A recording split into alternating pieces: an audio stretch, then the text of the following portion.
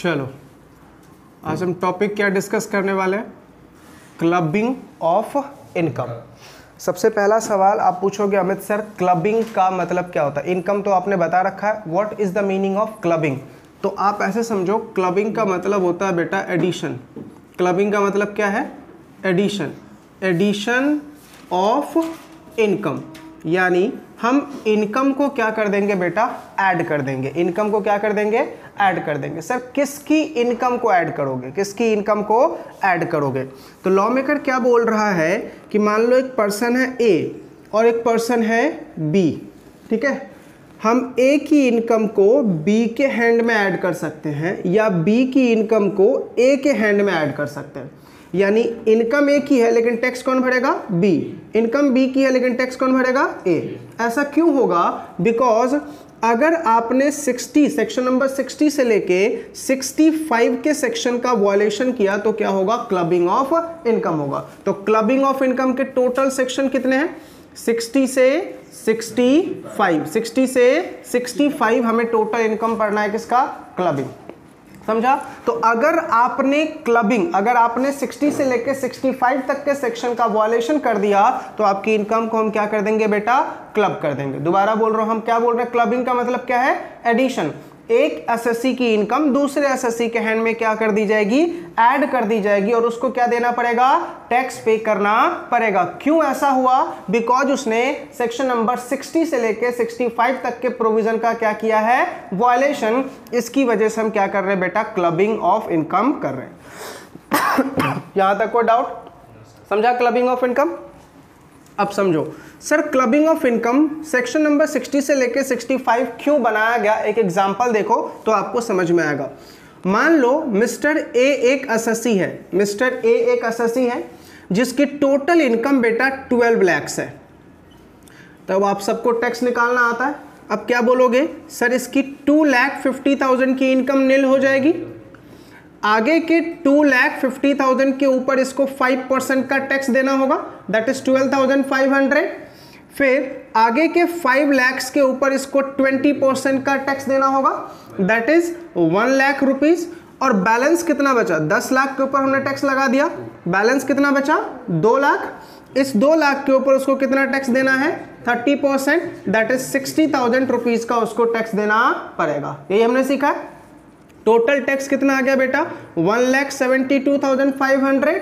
अब इसके ऊपर हम क्या लगाते हैं, health and education cess at the rate of 4%। बताओ कितना आया, 1,72,500 का 4%,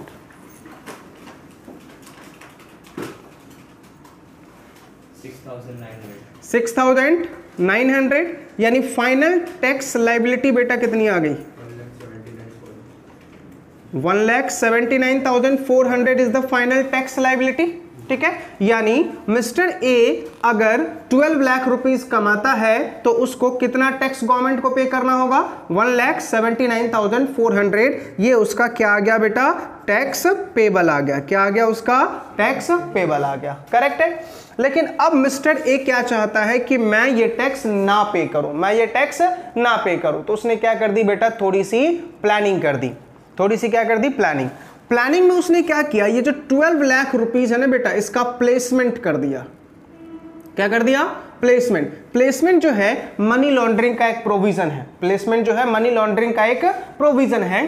तो हमने क्या कर दिया, इनकम को प्लेस कर दिया। प्लेस का मतलब होता है कि आपके पास जो इनकम आया आपने उसको छोटे छोटे टुकड़ों में बांट दिया और ऐसे लोगों को वो इनकम दिया जिसकी अपनी कोई खुद की इनकम ही नहीं है। जब इनकम ही नहीं है तो क्या होगा, जब इनकम ही नहीं है तो क्या होगा बेटा, 2.5 लाख की सबको लिमिट लगेगी और एग्जम्पशन मिल जाएगा। अपनी खुद की इनकम तो है नहीं तो क्या होगा, 2.5 लाख रुपए में एग्जम्प्ट कर लूंगा। तो देखो मान लो ए ने अपनी इनकम बी, सी, डी और ई को दे दिया। अब मुझे बताओ ऐसा वो किसके साथ करेगा, ऑब्वियसली सी बात है रिलेटिव के साथ करेगा, नॉन रिलेटिव को थोड़ी करेगा। तो हमने अपनी इनकम 4 रिलेटिव ढूंढे और ऐसे रिलेटिव ढूंढे जो रेजिडेंट थे और उनके पास अपनी खुद की कोई इनकम नहीं थी। ठीक है, तो मैंने क्या किया, 4 रिलेटिव को अगर पैसा दूंगा तो 3-3 लाख रुपए बेटा सबको जाएंगे, जाएंगे ना, 3 लाख रुपीज सबको जाएगा। अब सारे के सारे इंडिविजुअल हैं और रेजिडेंट भी हैं तो सब 2,50,000 का बेनिफिट लेके जाएंगे, सबको 2.5 लाख का बेनिफिट मिलेगा, यानी सबकी इनकम कितनी आएगी बेटा, सबकी इनकम 50,000 आएगा। डू का मतलब सेम है बेटा, सबको 2.5 लाख का बेनिफिट मिलेगा, यानी सबकी इनकम कितनी आएगी 50,000। करेक्ट है। हमारा लॉ क्या बोलता है, 2.5 लाख एग्जम्प्ट, आगे के 2.5 लाख पे 5%, तो ये तो 2.5 लाख से कम है ना, तो इसके ऊपर 5%, यानी 2,500 का टैक्स आया। ठीक है। अब देखो, अब मैंने क्या बोला, ये लोग रेजिडेंट हैं, अगर ये लोग रेजिडेंट हैं, क्या है, ये लोग रेजिडेंट हैं, तो इनको रिबेट मिलेगा बेटा 87A में।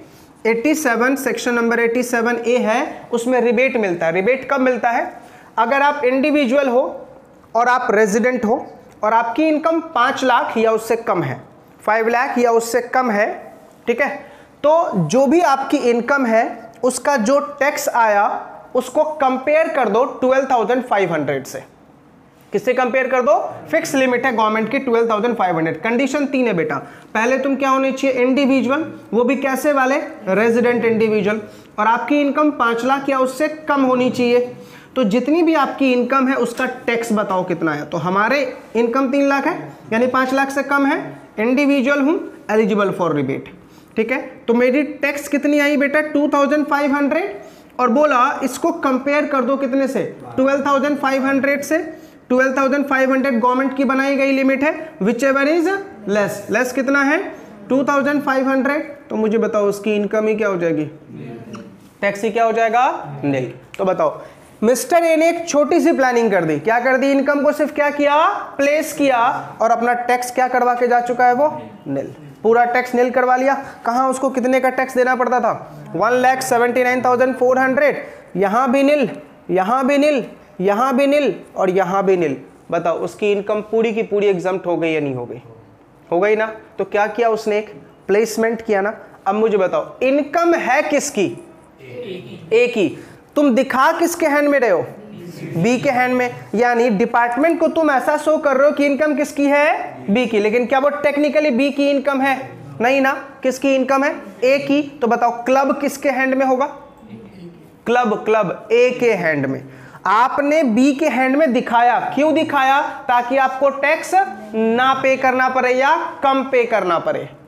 ठीक है, क्यों, क्योंकि जितने पर्सन के हैंड में अपनी इनकम दिखाऊंगा सब कम से कम 2,50,000 का तो बेनिफिट मिलेगा, और एज अगर 60 से ज्यादा हो तो 3 लाख का बेनिफिट मिल जाएगा, 80 से ज्यादा हो या 80 हो तो 5 लाख का बेनिफिट मिल जाएगा। तो हर एक एसएससी का अपना अलग अलग स्लैब है ना, हम उसका क्या लेना चाहते हैं, बेनिफिट लेना चाहते हैं, इसी वजह से हम इनकम को क्या कर रहे थे बेटा, प्लेस। तो डिपार्टमेंट ने क्या बोला बेटा, किसका प्रोविजन लगा दूंगा, क्लबिंग का।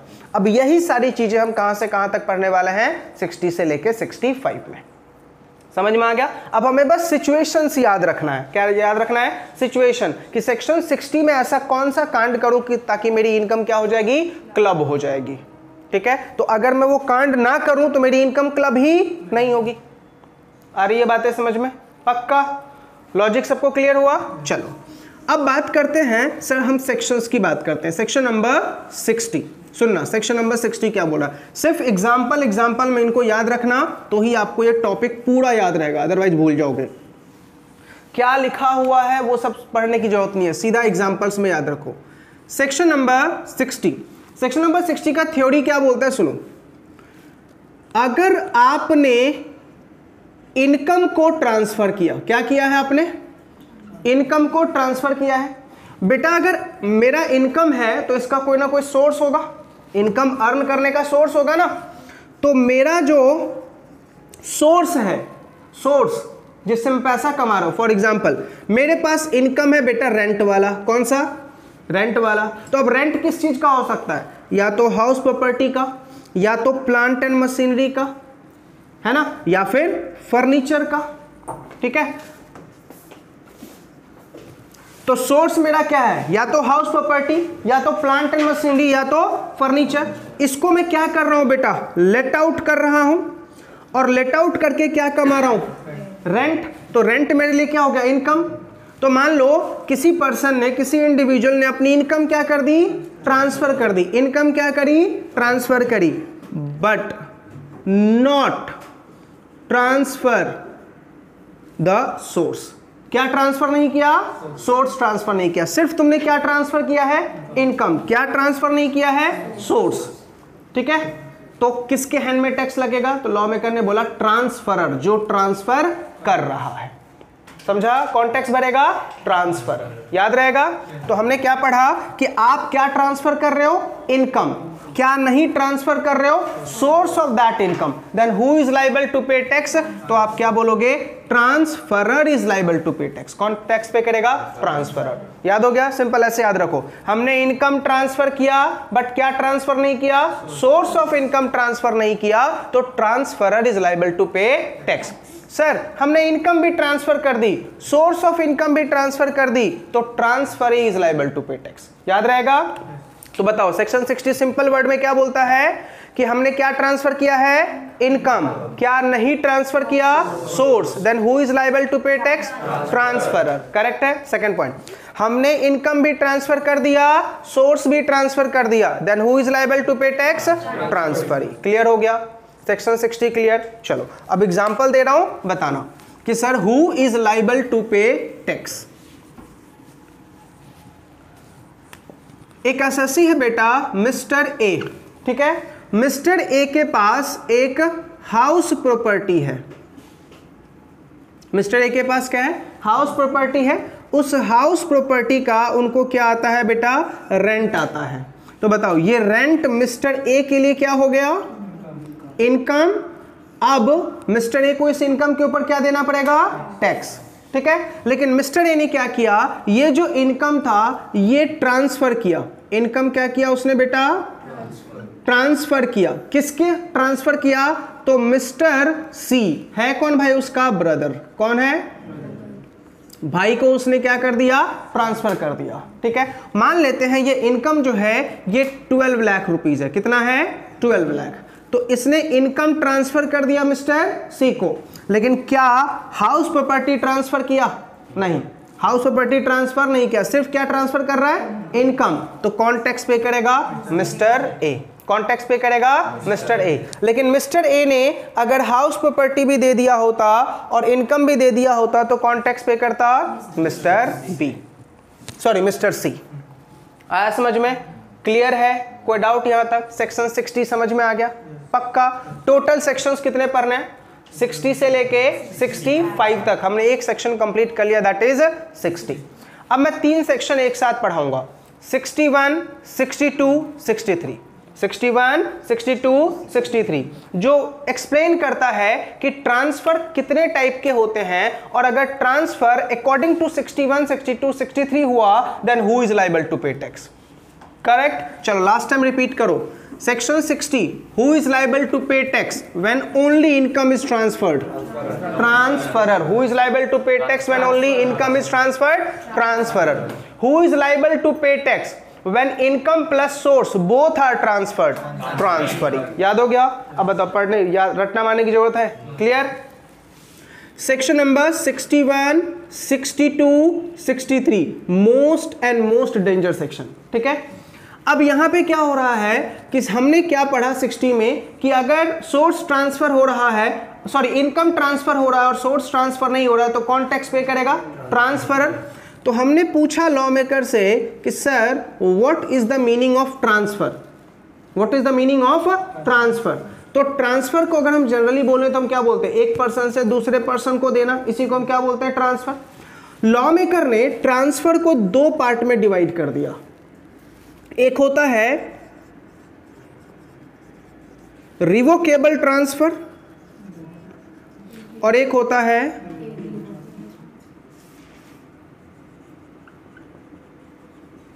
Irrevocable transfer. ठीक है, अब अगर रिवोकेबल ट्रांसफर होगा तो कौन टैक्स पे करेगा? ट्रांसफरर। ठीक है, और इररिवोकेबल ट्रांसफर होगा तो कौन टैक्स पे करेगा? ट्रांसफरी। कौन टैक्स पे करेगा? ट्रांसफरी। अब आपके माइंड में सबसे पहला सवाल क्या आ चुका है? Amit sir what is the meaning of revocable transfer and what is the meaning of irrevocable? ठीक है, यही सवाल मैंने भी इनकम टैक्स डिपार्टमेंट से पूछा कि सर बता दो रिवोकेबल और इररिवोकेबल का मतलब क्या। कल के दिन मैं पढ़ाऊं तो बच्चे पूछे तो मैं क्या रिप्लाई करूं? तो उन्होंने मुझे बहुत ही धांसू आंसर दिया। क्या बोला? बच्चे पूछे ना तो उनको इतना बताना कि रिवोकेबल वो होता है जो इरिवोकेबल नहीं होता। समझा नहीं समझा? इनकम टैक्स डिपार्टमेंट से मैंने पूछा कि सर बता दो रिवोकेबल का मतलब क्या है, तो नलायक क्या बोल रहे हैं कि रिवोकेबल वो होता है जो इरिवोकेबल नहीं होता। फिर हमने पूछा इरिवोकेबल क्या होता है, बोला वो तो कुछ होता है। समझा नहीं समझा? इरिवोकेबल क्या होता है, बोला वो कुछ होता है। तो मैंने बोला वही कुछ बता दो ताकि मैं एक्सप्लेन कर पाऊं। तो पता है लॉ मेकर ने क्या बोला? लॉ मेकर क्या बोला? रिवोकेबल अपन ने डिफाइन नहीं किया, जो इरिवोकेबल नहीं है वो सब क्या है, तो अपन को पढ़ना क्या पड़ेगा? रिवोकेबल। ठीक है, अब मैं रिवोकेबल आपको दो पार्ट में समझाता हूं, समझना। अगर आपने ट्रांसफर, पहले ये पता करो तुम्हारे क्वेश्चन में ट्रांसफर का डेट कौन सा है। क्या पता कर लेना आप अपने क्वेश्चन में? ट्रांसफर का डेट पता करो। क्या पता करो? ट्रांसफर का डेट। अगर ट्रांसफर हुआ है ऑन और बिफोर 1 अप्रैल 1961, कब हुआ है बेटा? ऑन और बिफोर 1 अप्रैल 1961। और अगर ट्रांसफर हुआ है आफ्टर 1 अप्रैल 1961, कब ट्रांसफर हुआ है? आफ्टर 1 अप्रैल 1961। दो बातें मैंने बोली, ट्रांसफर कब हुआ है? 1 अप्रैल 1961 को या उससे पहले, या ट्रांसफर कब हुआ है? 1 अप्रैल 1961 के बाद।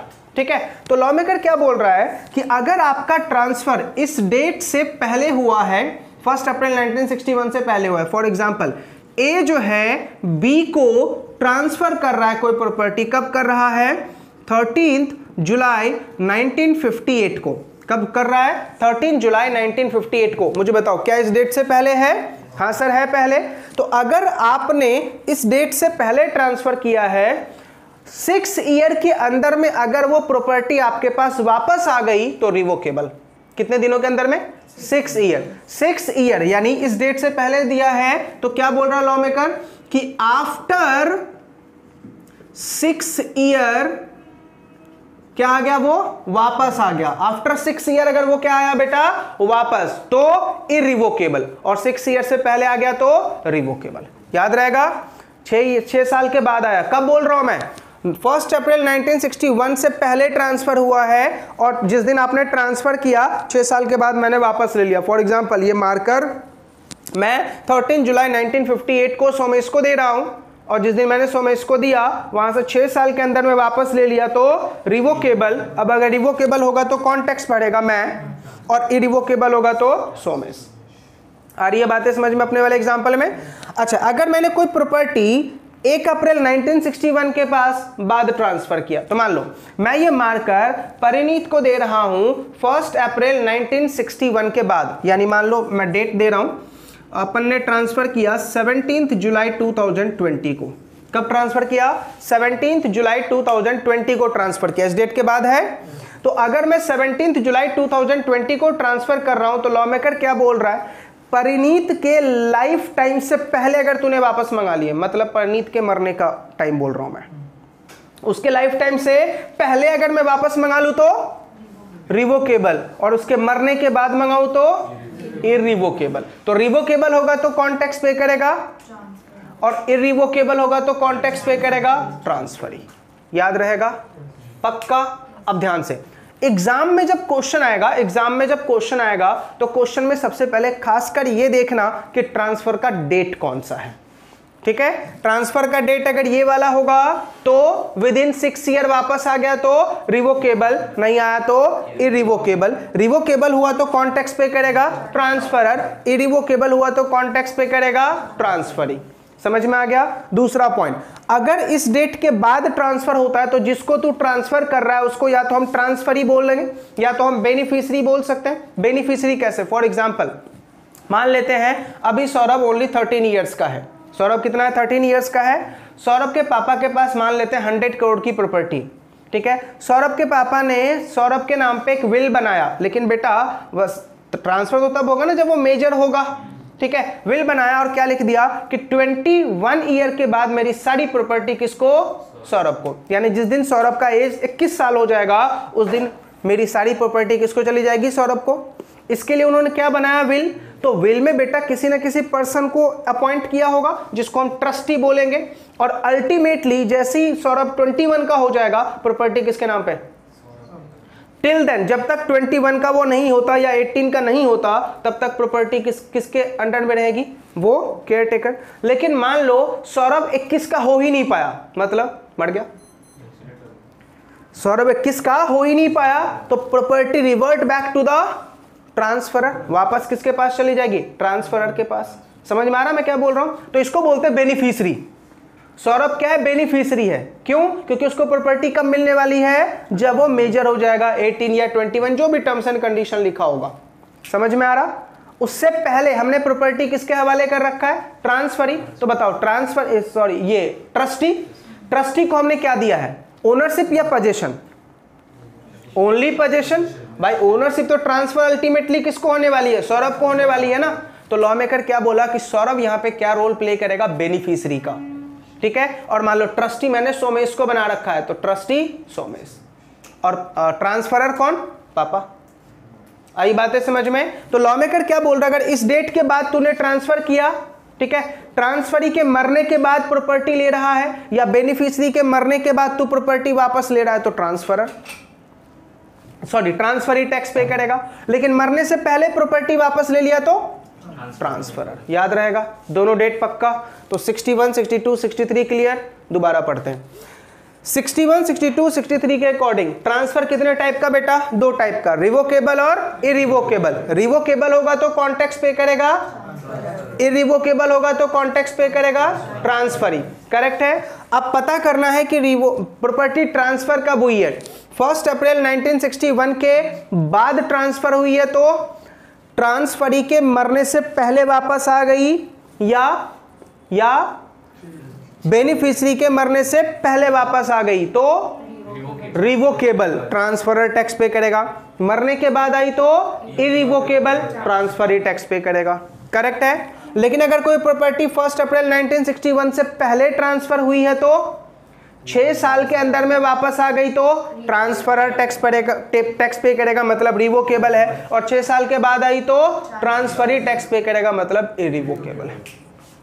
याद कितने सेक्शंस हमने कंप्लीट कर लिए? 60, 61, 62, 63, 4 सेक्शन कंप्लीट कर लिए। बच गए कितने बेटा? ओनली 2 सेक्शन, 64 और 65। क्लियर है? पक्का? चलो अब यहां तक एक बार फटाफट से रिकैप कर लेते हैं। सेक्शन 60 क्या ट्रांसफर कर रहा हूं मैं? इनकम। क्या नहीं ट्रांसफर कर रहा हूं? Source. Who is liable to pay tax? Transferor. मैंने इनकम भी ट्रांसफर कर दिया और सोर्स भी ट्रांसफर कर दिया। Who is liable to pay tax? Transferee. Correct. Next 61, 62, 63 कितने टाइप के ट्रांसफर? 2 टाइप के, रिवोकेबल और इरिवोकेबल। रिवोकेबल में कौन टैक्स पे करेगा? ट्रांसफरर। इरिवोकेबल में कौन टैक्स पे करेगा? ट्रांसफरी। ठीक है।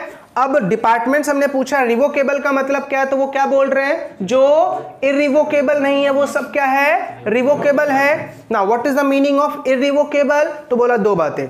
अगर प्रॉपर्टी 1 अप्रैल 1961 से पहले ट्रांसफर हुई है, तो जिस दिन ट्रांसफर हुई उसके 6 साल के अंदर में वापस आ गई, तो रिवोकेबल। कौन टैक्स पे करेगा? ट्रांसफरर। 6 साल के बाद आई तो इरिवोकेबल। कौन टैक्स पे करेगा? ट्रांसफरी। लेकिन अगर प्रॉपर्टी 1 अप्रैल 1961 के बाद ट्रांसफर हुई है, तो बेनिफिशियरी या ट्रांसफरी के मरने से पहले आ गया तो ट्रांसफरर यानी रिवोकेबल, और मरने के बाद आया तो इरिवोकेबल, मतलब ट्रांसफरी को टैक्स पे करना पड़ेगा। कोई डाउट? पक्का?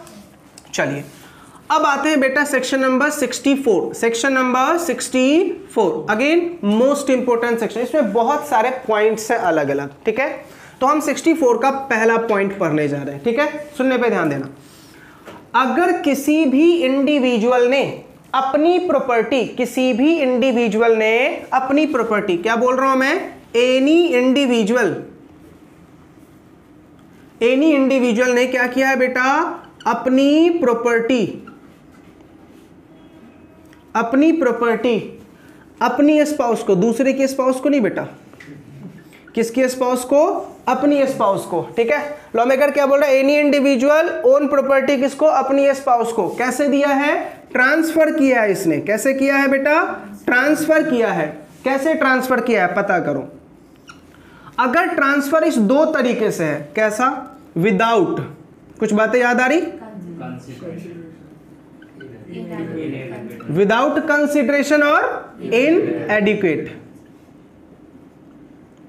कहीं पढ़ा था हमने? कहां पढ़ा था? अदर सोर्स में, गिफ्ट वाले टॉपिक में, याद आ रहा? विदाउट कंसिडरेशन का मतलब कि एक स्पाउस ने दूसरे स्पाउस को दिया लेकिन उससे कुछ लिया नहीं, तो इसको हम क्या बोलेंगे? विदाउट कंसिडरेशन मतलब गिफ्ट। और इनएडिकेट का मतलब लिया तो लेकिन मार्केट वैल्यू से कम लिया, दैट इज इनएडिकेट कंसिडरेशन। तो लॉ मेकर क्या बोल रहा है? एनी इंडिविजुअल अपनी प्रॉपर्टी अपने स्पाउस को ट्रांसफर कर रहा है विदाउट कंसिडरेशन और इनएडिकेट कंसिडरेशन। ठीक है, विदाउट कंसिडरेशन और इनएडिकेट कंसिडरेशन। तो जो भी इनकम आएगा उस प्रॉपर्टी का, उसके ऊपर कौन टैक्स पे करेगा बेटा? ट्रांसफरर। कौन टैक्स पे करेगा? ट्रांसफरर। फॉर एग्जाम्पल, सौरभ अपनी स्पाउस को अपनी प्रॉपर्टी विदाउट कंसिडरेशन दे रहा है। अब उस प्रॉपर्टी का जो भी रेंटल इनकम आएगा किसके हैंड में टैक्सेबल? सौरभ के हैंड में टैक्सेबल। क्यों? क्योंकि आपने विदाउट कंसिडरेशन दिया। ठीक है, लेकिन बात ध्यान से सुनो। एनी इंडिविजुअल अपनी प्रॉपर्टी किसको दे रहा है? स्पाउस को ट्रांसफर कर रहा है विदाउट इंडिकेट। अगर क्वेश्चन में ये लिखा हुआ है कि विथ कंसिडरेशन किया है तो ट्रांसफरी, विथ कंसिडरेशन किया है तो transferee is liable to pay tax. Provision तब लगाना जब ये दो कंडीशन सेटिस्फाइड हो, विदाउट या इनएडिकेट। ठीक है, अब आप पूछोगे अमित सर एक बात बताओ, अगर सौरभ जो है अपनी स्पाउस को ना देके अपनी गर्लफ्रेंड को या फियोन्सी को दे रहा है, अब क्या होगा? किसको दे रहा है? गर्लफ्रेंड को या फियोन्सी को। लॉ मेकर ने बोला then girlfriend and fiancee is liable to pay tax. क्यों ऐसा? बिकॉज अभी तक वो स्पाउस नहीं बनी है, अभी तक वो स्पाउस नहीं बनी है। फिर आप बोलोगे अमित सर फियोन्सी है, बुकिंग तो हो गई ना। बेटा बुकिंग कभी भी कैंसिल हो सकती है। आ रही है बातें समझ में या नहीं? कोई डाउट याद रहेगा पक्का? तो लॉ मेकर ने क्या बोला? गर्लफ्रेंड और फियोन्सी को दोगे तो कौन टैक्स पे करेगा? ट्रांसफरी। ठीक है, अब सौरभ बोल रहा चलो ठीक है सर, आपने ये बात बता दी, स्पाउस को दिया तो मैं मर जाऊंगा, गर्लफ्रेंड को दिया और फियोन्सी को दिया तो नहीं मरने वाला। सर मान लो मेरा और स्पाउस का डाइवोर्स, तलाक हो गया, उसके बाद जो मैंने एलमनी दिया ना, उसको तलाक होने के बाद देते ना प्रॉपर्टी, आधी प्रॉपर्टी सर मेरी वो लेके गई, now who is liable to pay tax? बोला वही। अब तो बकस दो भाई, हो गया ना बहुत, समझ में आ रहा नहीं आ रहा? अब छोड़ दो। तो लॉ मेकर क्या बोल रहा है कि अगर तूने एग्रीमेंट टू लिव अपार्ट, मतलब डाइवोर्स के बाद अगर तू कोई ट्रांसफर कर रहा है तो सामने वाला बंदा, मतलब ट्रांसफरी। आई बातें समझ में? पक्का? कोई डाउट? अब मुझे बताओ, क्या कोई इंडिविजुअल अपनी प्रॉपर्टी अपनी ही स्पाउस को ट्रांसफर करेगा? नहीं। किसको करेगा? दूसरे के स्पाउस को करो भाई, गर्लफ्रेंड को कर लो, फियोन्सी को कर लो, ताकि तुम्हें टैक्स ना पे करना पड़े। याद हो गया पहला पॉइंट? बताओ सेक्शन 64 में फर्स्ट पॉइंट हमने क्या पढ़ा? एनी इंडिविजुअल ट्रांसफर कर रहा है क्या? प्रॉपर्टी। कौन सी प्रॉपर्टी? अपनी प्रॉपर्टी। किसको दे रहा है? अपने स्पाउस को दे रहा है। कैसे दे रहा है? विदाउट कंसिडरेशन और इनएडिकेट कंसिडरेशन। तो कौन टैक्स पे करेगा? ट्रांसफरर। लेकिन अगर गर्लफ्रेंड और फियोन्सी को दिया तो transferee. Agreement to live apart पे दिया तो ट्रांसफरी, मतलब आफ्टर डाइवोर्स दिया तो ट्रांसफरी। क्लियर? पहला पॉइंट क्लियर? चलो आ जाओ अब सेकंड पॉइंट।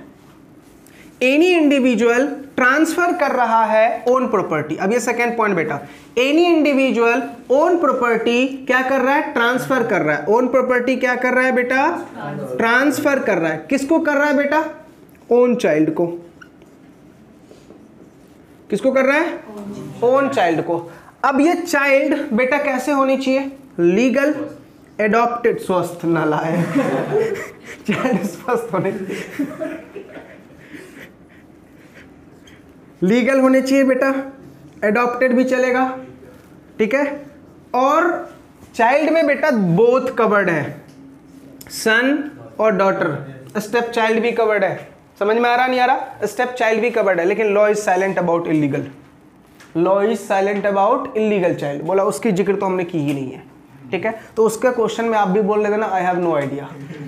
समझ में आ रहा नहीं आ रहा? इलीगल का क्या कंसेप्ट होगा हमें नहीं पता सर, क्योंकि लॉ मेकर ने चाइल्ड की डेफिनेशन में क्या लिखा है, लीगल लिखा है, अडॉप्टेड लिखा है और स्टेप लिखा है, लेकिन इलीगल के बारे में अपन को कुछ नहीं बताया, तो अपन को नहीं पता इलीगल का क्या करना है। लेकिन हाँ, अगर हम चाइल्ड की बात करें और अगर हम लॉ की इंटरप्रिटेशन ऐसे निकाले कि जब तक लॉ मेकर ने कुछ नहीं लिखा एवरीथिंग इज इंक्लूडेड, तो ठीक है भाई इंक्लूडेड, समझा?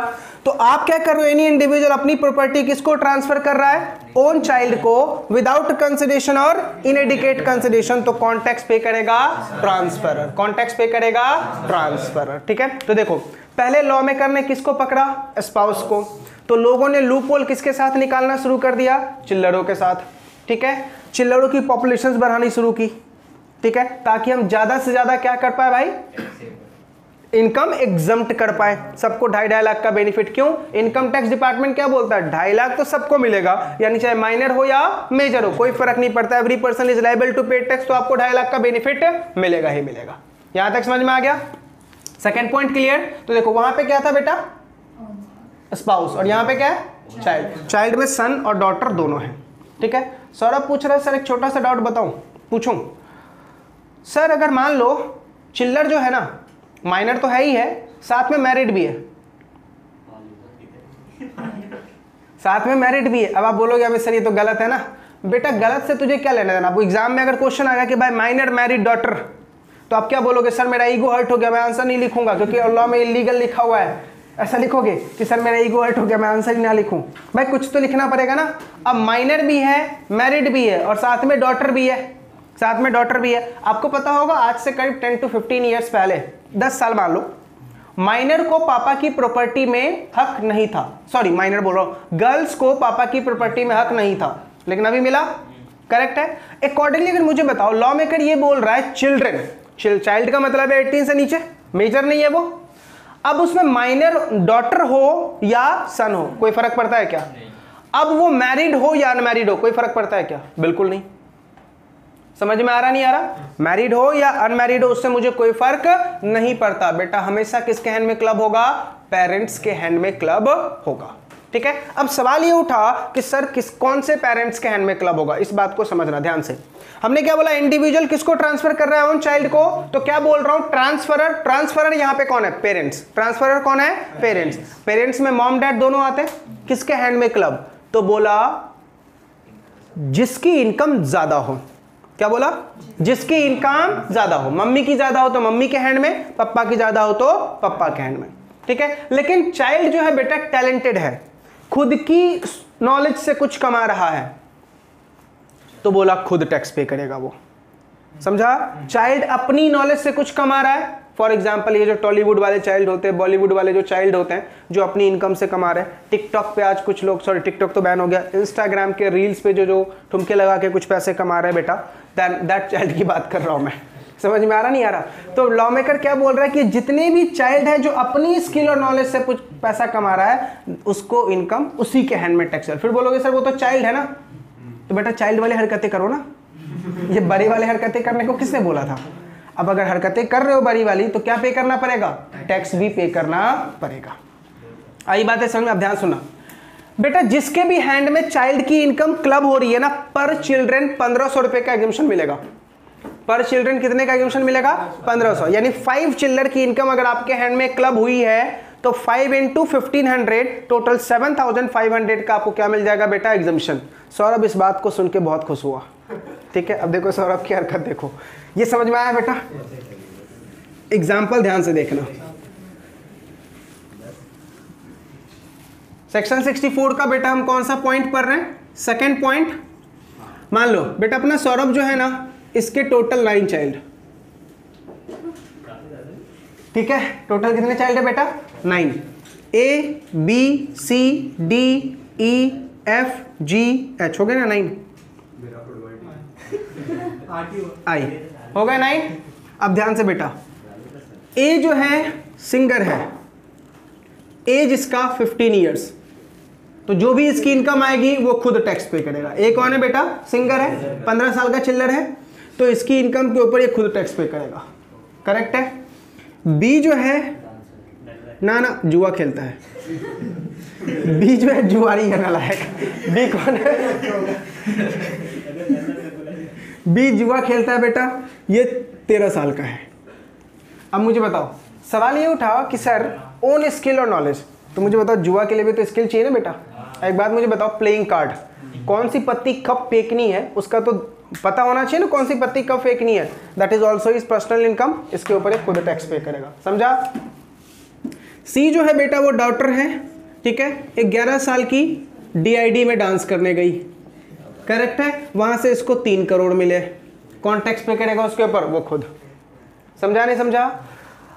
अब बी जो है वो बेटा चार्टेड अकाउंटेंट, एज कितना? 26 ईयर। बात ही मत करो, इसको नालायक को बोलो, खुद टैक्स भरेगा। क्यों? चिल्लर थोड़ी रहा, ये चिल्लर थोड़ी रहा, तो इसकी हम बात ही नहीं करेंगे ना। समझा नहीं समझा? चिल्लर कब तक? 18। इतनी बातें समझ में आ रही है? तो अगर आप पर्सनल नॉलेज से, अब मान लो ई ने ई जो है, ई को सौरभ ने 15,000 रुपये दिए, ठीक है बेटा, ये लग तेरा पॉकेट खर्च। इसने उस 15,000 रुपीज को इन्वेस्ट कर दिया शेयर्स में, ठीक है। अभिषेक अंकल था भाई, अभिषेक के थ्रू उसने क्या करवा दिया? इन्वेस्ट करवा दिया स्टॉक मार्केट में, करेक्ट है। अब उस इन्वेस्टमेंट से इसको 2,000 का क्या मिला? रिटर्न मिला। This 2,000 will be clubbed either Saurabh के हैंड में या मिसेस सौरभ के हैंड में। समझ में आ रहा नहीं आ रहा? ये 2,000 उसकी नॉलेज थोड़ी है, स्किल है क्या? नहीं है ना। पापा ने पैसे दिए 15,000, बच्चा थोड़ा टैलेंटेड निकला, ठीक है, सोचा मैं थोड़े पैसे कमा लेता हूं, लेकिन बर्बाद कर दिया किसको बेटा? सौरभ को। भाई पैसे तो तू कमा रहा है, मजे तो ले रहा है, लेकिन टैक्स कौन भरेगा? पेरेंट्स। अब मुझे बताओ, ये इनकम या तो मिस्टर सौरभ या तो मिसेस सौरभ के हैंड में क्लब होगा, जिसके भी हैंड में तूने क्लब कर दिया, कितना एग्जम्प्ट कर दूंगा? यानी टैक्सेबल ओनली कितना होगा? 500। आ रही है बातें समझ में? पर चिल्लर कितना करना है? 1500। मान लो ये सारे चिल्लर को इसने ऐसे ही थोड़े थोड़े अमाउंट गिफ्ट दिए थे, ठीक है, सब चिल्लर को मिला के टोटल 3 लाख की कमाई हुई, ठीक है, इंटरेस्ट डिविडेंड वगैरह जो भी हुआ 3 लाख आया, तो हम क्या करेंगे? 1500 मल्टीप्लाइड बाय 5, 7,500 क्या कर देंगे बेटा? एग्जम्प्ट, बाकी सब टैक्सेबल। आ रही है बातें समझ में? पक्का? अच्छा, सौरभ और मिसेस सौरभ आपस में लड़ सकती है? नहीं, लड़की मेरी लड़का तुम्हारा, ऐसा बेटा डिवाइड एंड रूल चल रहा है? नहीं ना, डिवाइड एंड रूल थोड़ी चल रहा है बेटा। लॉ ने क्या बोला? जिसकी इनकम ज्यादा है उसको टैक्स पे करना है। हम ऐसा गेम नहीं खेलेंगे भाई 4 तेरे 4 मेरे, ऐसा नहीं होगा। सिंपल, जितने भी बच्चे हैं देखा जाएगा किसकी इनकम ज्यादा है उसके हैंड में क्या होगा? क्लब। लेकिन अगर वो चिल्लर अपनी नॉलेज और स्किल से कमा रहा है तो उसके ऊपर वो खुद टैक्स पे करेगा। दूसरी बात, अगर एग्जाम में आपको ऐसा दिख जाए कि 80 U की कोई इनकम है, किसको? चिल्लर को। किसकी इनकम है? 80 U की। अभी सिर्फ रट्टा मार लो कि 80 U की इनकम है, ठीक है। ये डिसेबिलिटी सेक्शन को डील करता है, अगर कोई डिसेबल हो जाता है तो उसको गवर्नमेंट की तरफ से कुछ पैसे मिलते हैं, तो देखा जाए वो इनकम है, बोला वो खुद टैक्स पे करेगा। समझा? वो खुद टैक्स पे करेगा। याद रहेगा? चिल्ड्रन का प्रोविजन समझ में आ गया? चलो फटाफट रिपीट करते हैं। आप प्रॉपर्टी किसको दे रहे हो? चाइल्ड को। कैसे? विदाउट कंसिडरेशन और इनएडिकेट कंसिडरेशन। तो उसका जो इनकम आएगा किसके हैंड में? क्लब। पेरेंट्स के हैंड में क्लब। कौन से पेरेंट्स? जिसकी इनकम ज्यादा होगी।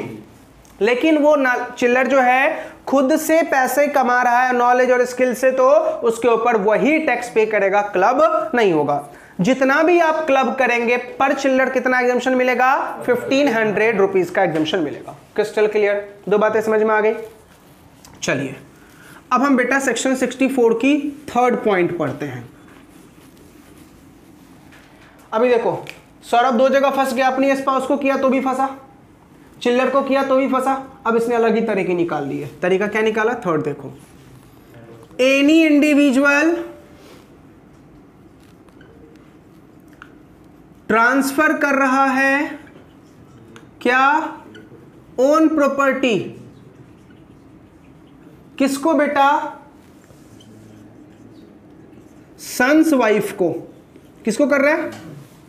सन की वाइफ को। अगेन सेम बेटा, कैसे ट्रांसफर कर रहा है? विदाउट कंसिडरेशन और इनएडिकेट कंसिडरेशन। विदाउट कंसिडरेशन और inadequate consideration, then who is liable to pay tax? Transfer. कौन टैक्स पे करेगा? ट्रांसफर। आपने किसको ट्रांसफर किया है? सन्स वाइफ को। समझ में आ गया? देखो सन तो पकड़ा गया ना, अब हमने पकड़ा किसको? सन की वाइफ को। तो बोला आपको ये टैक्स पे करना पड़ेगा। कौन टैक्स पे करेगा? ट्रांसफर। समझा? अब फोर्थ पॉइंट बेटा यहीं पे समझा रहा हूं, इसके बाद फिफ्थ भी है, fifth last. Any individual transfer own property, किसको? एनी पर्सन, एनी पर्सन, किस लिए? For benefit of spouse. समझा? एग्जाम्पल, सौरभ अपनी प्रॉपर्टी ट्रांसफर कर रहा है अभिषेक को, किसके बेनिफिट के लिए? मिसेज सौरभ के बेनिफिट के लिए। यानी अब देखो, अगर वो डायरेक्ट ट्रांसफर करता तो फंस जाता ना पहले वाले पॉइंट में, ओन स्पाउस। बीच में किसको खड़ा कर दिया? मीडिएटर। मीडिएटर कौन है? सौरभ, सॉरी अभिषेक अपने वाले एग्जांपल में। समझ में आ रहा? तो आप डायरेक्टली अपनी स्पाउस को ट्रांसफर ना करके बीच में क्या अपॉइंट करो? ट्रस्टी या केयर टेकर, उसके थ्रू आप प्रॉपर्टी को ट्रांसफर कर रहे हो। तो बोला स्टिल बेटा कौन टैक्स पे करेगा? ट्रांसफरर। क्यों? तू अगेन लूप होल निकाल रहा है। आ रही है बातें समझ में? पक्का? कोई डाउट यहां तक? चारों पॉइंट समझ में आ गया? Fifth point most danger. ठीक है, फिफ्थ पॉइंट मोस्ट डेंजर, ये डील करता है बेटा पार्टनरशिप फॉर्म का। सुनो, अगर कोई भी कंसर्न है, यानी कोई भी ऑर्गेनाइजेशन है, कंपनी हो सकता है, पार्टनरशिप फर्म हो सकता है, एलएलपी हो सकता है। ठीक है, एग्जांपल से पूरा दे रहा हूं। मान लो एक पर्सन है मिस्टर ए। मिस्टर ए इस कंसर्न का सब्सटेंशियल या तो शेयर होल्डर है या तो पार्टनर है। क्या है बेटा? वो सब्सटेंशियल शेयर होल्डर है या तो पार्टनर है। अब बोलोगे अमित सर बाकी बातें बाद में, पहले ये बताओ सब्सटेंशियल का मतलब क्या होता है? सब्सटेंशियल का मतलब है होल्डिंग और टेकिंग प्रॉफिट इक्वल्स टू और मोर देन 20%। 20% का तुमने क्या कर रखा है? शेयर होल्ड कर रखा है, या 20% उस पार्टनरशिप फर्म से प्रॉफिट लेते हो, then you are the substantial partner. अब क्या हो बेटा? सब्सटेंशियल पार्टनर हो। तो मिस्टर ए यहां का क्या है बेटा? सब्सटेंशियल शेयर होल्डर है या सब्सटेंशियल पार्टनर है। और इसी फर्म में जो मिसेज ए है वो यहां की एम्प्लॉई है। कौन सी है? एम्प्लॉई है। तो एम्प्लॉई के बेसिस पे जो मिसेज ए को सैलरी मिल रहा है, बोनस मिल रहा है, कमीशन मिल रहा है। क्या मिल रहा है बेटा? सैलरी, बोनस और कमीशन। करेक्ट है? सैलरी, बोनस और कमीशन। करेक्ट है? सिंपल। अगर ये ना याद रहे तो ऐसे याद रखो, एम्प्लॉयर एम्प्लॉई के रिलेशनशिप में जो भी मिले, एम्प्लॉयर एम्प्लॉई के रिलेशनशिप में जो भी मिले, तो सैलरी, बोनस और कमीशन अगर उसे मिल रहा है तो दिस सैलरी, बोनस और commission will be taxable in the hands of mister A. Will be taxable in the hands of mister A. कहने का मतलब क्या? अगर एक स्पाउस का सब्सटेंशियल इंटरेस्ट है और दूसरा स्पाउस वहां का एम्प्लॉई है, तो एम्प्लॉई के बेसिस पे उसको जो भी सैलरी, बोनस, कमीशन मिल रहा है, उस सैलरी, बोनस, कमीशन के ऊपर कौन टैक्स पे करेगा? जिस स्पाउस का सब्सटेंशियल इंटरेस्ट है। आई बातें समझ में? कोई डाउट? लेकिन अगर ये सैलरी, बोनस, कमीशन मिसेज ए ओन स्किल या फिर प्रोफेशनल नॉलेज की वजह से कमा रही है, प्रोफेशनल स्किल की वजह से कमा रही है, तो मिसेज ए। समझा? तो salary, bonus, commission other than professional skill की वजह से मिल रहा है तो कौन? मिस्टर ए अपने वाले एग्जांपल में। और प्रोफेशनल स्किल का है तो मिसेज बी। ओनली ध्यान से बेटा, ओनली कौन सी इनकम तू क्लब करेगा? Salary, bonus, commission, salary, bonus, commission, बस। समझ में आ गया? चलो दोबारा रिपीट करता हूं। वन स्पाउस क्या है? किसी कंसर्न का सब्सटेंशियल पार्टनर है या सब्सटेंशियल होल्डिंग करता है। कैसे पता चलेगा? सर 20% या उससे ज्यादा तुमने क्या कर रखा है? होल्ड कर रखा है। ठीक है, तो आप सब्सटेंशियल पार्टनर कहलाओगे। दूसरा स्पाउस उसी कंसर्न में क्या है बेटा? क्या है? एम्प्लॉई है। किस टाइप का employee? Other than professional capacity वाला, अदर देन प्रोफेशनल कैपेसिटी वाला। कौन टैक्स पे करेगा? ट्रांसफरर, यानी जिसका सब्सटेंशियल इंटरेस्ट है। करेक्ट है? कौन से इनकम के ऊपर? सैलरी, बोनस और कमीशन। लेकिन अगर यही इनकम प्रोफेशनल कैपेसिटी में है तो जिसका वो इनकम है वही। समझ में आ रहा? पक्का? सौरभ क्या बोल रहे सर, एक डाउट पूछूं? अच्छा सर, सौरभ बोल रहा है कि अमित सर एक बात बताओ, ऐसा प्रोविजन बना ही क्यों? क्या प्रॉब्लम थी लॉ मेकर को? लॉजिक सुनो। अगर तुम्हारा कोई फर्म है तो तुम उसके ओनर, तुम्हारा कोई कंसर्न है तुम उसके ओनर, 20% की होल्डिंग रखते हो मतलब ओनर। अब अगर मान लो तुम बोलते हो कि मेरी स्पाउस वहां की एम्प्लॉई, तो बेटा एम्प्लॉई को जो सैलरी दिया जाता है that is a business expense, तो तुम अननेसेसरी बिजनेस एक्सपेंस दिखा सकते हो या नहीं? चाचा ताऊ मामा मामी सबको क्या बना दोगे तुम? एम्प्लॉई। और अननेसेसरी क्या दिखाओगे? एक्सपेंस। और अपनी इनकम को क्या करोगे? कम। उससे गवर्नमेंट को क्या मिलेगा? टैक्स कम मिलेगा। समझ में आया? लूपहोल समझ में आया? इसी वजह से डिपार्टमेंट ने लॉ बनाया। अब सौरभ क्या बोल रहा है सर? सेकंड क्वेश्चन, लॉजिक समझा। सेकंड क्वेश्चन, सर मान लो इसी कंसर्न में मिस्टर ए और मिसेज ए दोनों का सब्सटेंशियल इंटरेस्ट है, मतलब बोथ आर सब्सटेंशियल पार्टनर, दोनों 20% या उससे ज्यादा का प्रॉफिट लेते हैं, and both are employee as well. ये भी क्या है बेटा? सब्सटेंशियल पार्टनर और एम्प्लॉई भी। और ये भी क्या है? सब्सटेंशियल पार्टनर और एम्प्लॉई भी। तो पता क्या बोला लॉ मेकर ने? दोनों का जो सैलरी बोनस कमीशन होगा, इसका सैलरी बोनस कमीशन और इसका सैलरी बोनस कमीशन, दोनों का ओनली कौन सी वाली बात कर रहा हूं बेटा? Salary bonus commission. दोनों का salary bonus commission will be taxable in the hands of that spouse whose other income is higher. Other income is higher मतलब इस कंसर्न की इनकम को छोड़ दो, इसके अलावा कोई अदर इनकम होगी ना, जिसकी भी ज्यादा होगी उसके हैंड में ये salary bonus commission taxable. For example mister A की सैलरी बोनस कमीशन 10 लाख, ठीक है, और other income 3 lakh. Mrs A की सैलरी बोनस कमीशन 12 लाख, ठीक है, और अदर इनकम 9 लाख। तो कौन कितने अमाउंट के ऊपर टैक्स भरेगा? ध्यान से, मिस्टर ए भरेगा ओनली 3 लाख के ऊपर, क्योंकि इसकी अदर इनकम ज्यादा है, तो ये वाला अमाउंट इसके हैंड में क्लब हो जाएगा। समझा? तो मिस्टर ए सिर्फ कितने के ऊपर भरेगा? अपनी अदर इनकम के ऊपर, बाकी सैलरी वाली इनकम यहां क्लब हो जाएगी। तो मिसेज ए कितने के ऊपर भरेगी? 12 लाख, 9 लाख प्लस 10 लाख, यानी टोटल कितने इनकम हो गए बेटा? 31 लाख। आ रही है बातें समझ में? लेकिन मिस्टर ए सिर्फ किसके ऊपर भरेगा? क्योंकि सैलरी बोनस कमीशन क्या होगा बेटा? क्लब होगा। Other than salary bonus commission club नहीं होता। ठीक है, अब ध्यान से, सर मैंने क्या बोला? 20% का सब्सटेंशियल इंटरेस्ट। अब ये 20% की होल्डिंग क्या अकेले मिस्टर ए की होनी चाहिए? बोला नहीं, रिलेटिव के साथ मिला के, रिलेटिव के साथ मिला के। Now what is the meaning of relative? What is the meaning of relative? तो सुनो, इंडिविजुअल के लिए रिलेटिव कौन? तो बोला spouse plus mom, dad, brother, sister. ठीक है, तो अपने वाले एग्जांपल है मिस्टर ए के लिए रिलेटिव कौन?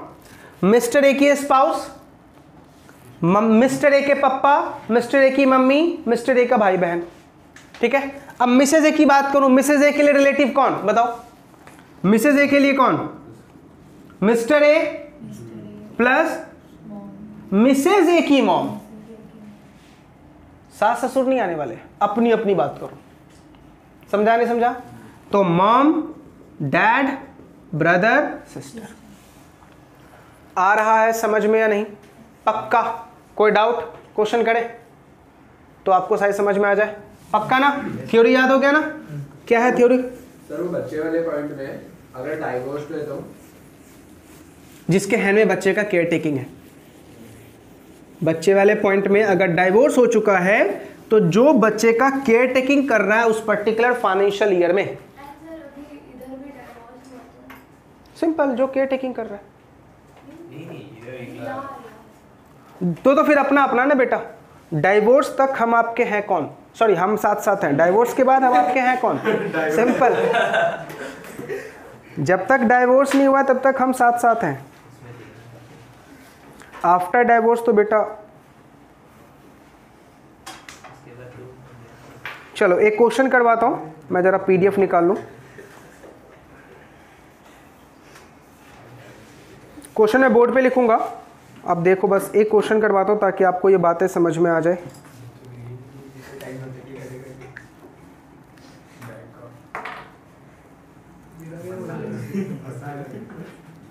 चलो क्वेश्चन ध्यान से देखना बेटा।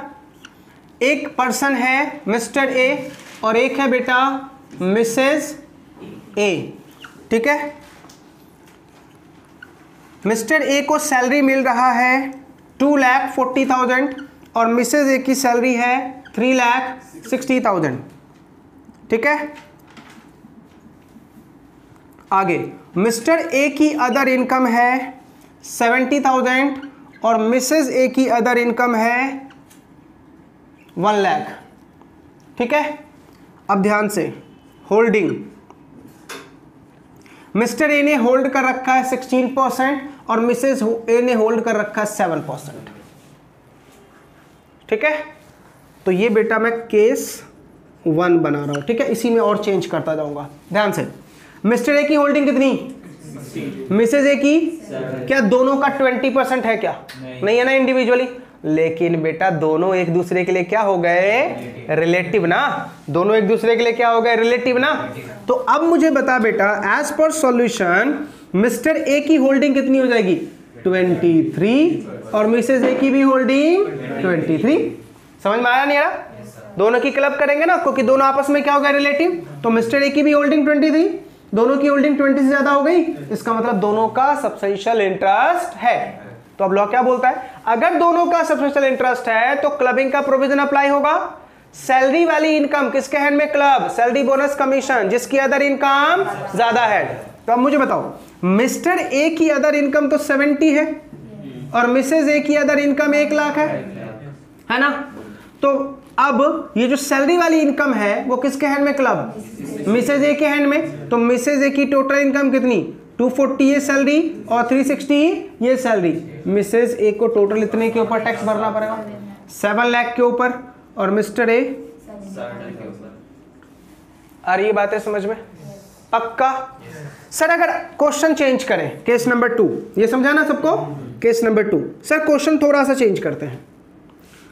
अब बोल देते हैं कि मिसेज ए की 7, मिस्टर ए का 7 और मिसेज ए का 16, कोई फर्क पड़ेगा? कोई फर्क नहीं पड़ना सर, दोनों आपस में क्या है? रिलेटिव ही तो है। समझा? कोई चेंज नहीं आएगा। चलो case number 3, sir mister A की 9% और मिसेज ए की 2%। मिस्टर ए का 9 और मिसेज ए का 2%। 9 और 2 11 ना। क्या सब्सटेंशियल हुआ? नहीं हुआ। दोनों अपनी अपनी इनकम के ऊपर टैक्स भरो। समझा? तो मिस्टर ए कितने के ऊपर भरेगा? और मिसेज ए 460 के ऊपर। समझ में आ रहा? सब्सटेंशियल इंटरेस्ट होगा तो ही क्लब होगा, नहीं होगा तो दिमाग में बैठा लो, सब्सटेंशियल होगा तो क्लब करेंगे, अदरवाइज नहीं करेंगे। और इससे भी सिंपल, गाने के तौर पर याद रखोगे तो सब्सटेंशियल होगा तो हम साथ साथ हैं और नहीं हुआ तो हम आपके हैं कौन। करेक्ट है? कोई डाउट यहां तक? पक्का? और उसमें भी सिर्फ कौन सी इनकम की बात कर रहा हूं मैं? Salary bonus commission. Salary bonus commission. Correct है? खत्म बेटा सेक्शन नंबर 64। टिपिकल सबसे यही आएगा एग्जाम में, सबसे ज्यादा क्वेश्चन इसी का आता है। और हम अभी प्रैक्टिकल जो करवाऊंगा उसमें भी सिर्फ यही वाले टॉपिक ज्यादा करवाऊंगा। चिल्लर का तो इजी है। चिल्लर में क्या सिंपल कितना है? अगर खुद की नॉलेज से होगा तो खुद भर दो, नहीं है तो क्लब कर देंगे जिसकी इनकम ज्यादा होगी पेरेंट्स की, और 1500 रुपये माइनस कर देंगे। आ रही है बातें समझ में? सिंपल? पक्का? 65 बेटा यूजलेस, इतना काम का नहीं है 65 सेक्शन, तो अगर आप नहीं भी पढ़ोगे तो चलेगा, लेकिन 64 तक क्या है? इंपॉर्टेंट है। सौरभ क्या बोल रहा है? सर एक डाउट पूछूं। डाउट सर कंप्लाइंस प्रोविजन का है। डाउट मेरा ये कंसेप्ट समझ आया सर, लेकिन कंप्लाइंस में दिक्कत आ रही है। सौरभ क्या बोल रहा है? सर एग्जांपल लो, मैंने अपनी इनकम अपने स्पाउस के हैंड में दिखाई, तो क्लबिंग मेरे हैंड में होगा, क्लबिंग मेरे हैंड में होगा। लेकिन सर एक बात बताओ, स्कूटनी का नोटिस मतलब डिपार्टमेंट का नोटिस तो स्पाउस को आएगा ना, डिपार्टमेंट का नोटिस तो स्पाउस को आएगा। मैडम आपके बैंक अकाउंट में 3 करोड़ दिख रहे हैं, ठीक है, आपने टैक्स नहीं पे किया, तो इस नोटिस किसको आया? स्पाउस को। अब स्पाउस भांडा क्या फोड़ेगी? मेरी इनकम थोड़ी है, वो तो मेरे हस्बैंड ने डाल दिए थे पैसे अकाउंट में, समझ में आ रहा? तो नोटिस पहले किसको गया? ट्रांसफरी को। और फिर जब ट्रांसफरी से खुलासा होगा तो नोटिस किसको जाएगा? ट्रांसफरर को। समझ में आ रहा? तो इसका मुझे बताओ, जब क्लबिंग होगा तो नोटिस दोनों को जाएगा, ट्रांसफरी और ट्रांसफरर दोनों को जाएगा। यही है बेटा सेक्शन 65। तभी तो पता चल पाएगा बेटा इनकम आई कहां से। समझ में आया नहीं आया? पक्का? कोई डाउट? चलो पूरा क्लबिंग एक बार रिकैप कर लें, फिर सीधा आएंगे हम किसके ऊपर? सम्स के ऊपर। ठीक है, चलो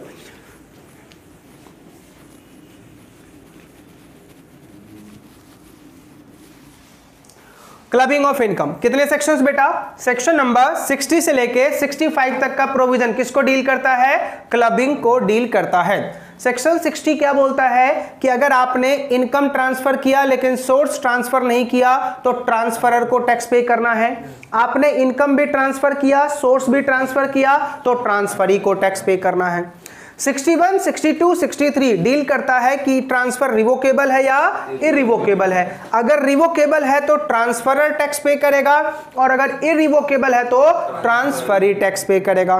करेक्ट है? रिवोकेबल है तो ट्रांसफरर, इरिवोकेबल है तो ट्रांसफरी। हमने पूछा डिपार्टमेंट से रिवोकेबल का मतलब, तो बोला जो इरिवोकेबल नहीं है वो सब क्या है? रिवोकेबल है। Now what is the meaning of irrevocable? तो बोला अगर कोई ट्रांसफर 1 अप्रैल 1961 से पहले हुई है तो 6 साल के अंदर में वापस आ गई तो, और नहीं आई तो रिवोकेबल हुआ तो ट्रांसफरर, इरिवोकेबल हुआ तो ट्रांसफरी। करेक्ट है? दूसरा, अगर 1 अप्रैल 1961 के बाद ट्रांसफर हुई है तो ट्रांसफरी के मरने के बाद या बेनिफिशियरी के मरने के बाद आता है तो इरिवोकेबल। कौन टैक्स पे करेगा? ट्रांसफरी। मरने से पहले आ गया तो रिवोकेबल। कौन टैक्स पे करेगा? ट्रांसफरर। 64 पहला पॉइंट, अगर हमने अपनी प्रॉपर्टी अपने स्पाउस को ट्रांसफर किया विदाउट कंसिडरेशन और इनएडिक्वेट कंसिडरेशन तो कौन टैक्स पे करेगा? ट्रांसफरर। ठीक है? और अदर देन होगा तो ट्रांसफरी, मतलब विथ कंसिडरेशन होगा तो ट्रांसफरी। अगर हमने अपनी प्रॉपर्टी अपने चिल्ड्रंस को ट्रांसफर की विदाउट कंसिडरेशन, ठीक है, तो बोला पेरेंट्स के हैंड में क्लब होगा जिसकी इनकम ज्यादा होगी, जिसके भी हैंड में क्लब होगा पर चिल्ड्रन कितना एग्जम्पशन मिलेगा? 1500 का। लेकिन अगर वो चिल्ड्रन अपनी नॉलेज और स्किल से कुछ कमाता है तो वो खुद टैक्स पे करेगा। Clear? Next point, next point हम क्या बोल रहे हैं कि अगर आपने अपनी प्रॉपर्टी अपने सन की वाइफ को ट्रांसफर किया विदाउट कंसिडरेशन और इनएडिक्वेट कंसिडरेशन, कौन टैक्स पे करेगा? ट्रांसफरर। और विथ होगा तो ट्रांसफरी। करेक्ट है? दूसरा, अगर हमने अपनी प्रॉपर्टी किसी थर्ड पर्सन को दिया for the benefit of own spouse तो ट्रांसफरर। ठीक है? एक कंसर्न में अगर एक स्पाउस का सब्सटेंशियल इंटरेस्ट है और दूसरा वहां का एम्प्लॉई है तो सैलरी बोनस कमीशन किसके हैंड में टैक्सेबल? जिसका सब्सटेंशियल इंटरेस्ट है। दोनों का सब्सटेंशियल इंटरेस्ट है तो सैलरी बोनस कमीशन उसके हैंड में टैक्सेबल जिसकी अदर इनकम ज्यादा है। लेकिन यही salary bonus commission own knowledge और प्रोफेशनल कैपेसिटी में मिल रही है तो खुद टैक्स पे करोगे। अगर सब्सटेंशियल इंटरेस्ट नहीं है तो अपना अपना। ठीक है? और सब्सटेंशियल इंटरेस्ट का मतलब क्या है? 20% या उससे ज्यादा का प्रॉफिट रिसीव करना या होल्डिंग करना। अब ये 20% में आपका और आपके रिलेटिव का, रिलेटिव में कौन कौन आएगा? Spouse, mother, father, brother and sister. समझ में आ गया? पक्का? इसी के साथ बेटा खत्म हो गया क्लबिंग ऑफ इनकम का थ्योरेटिकल प्रोविजन। ठीक? क्लियर? चलिए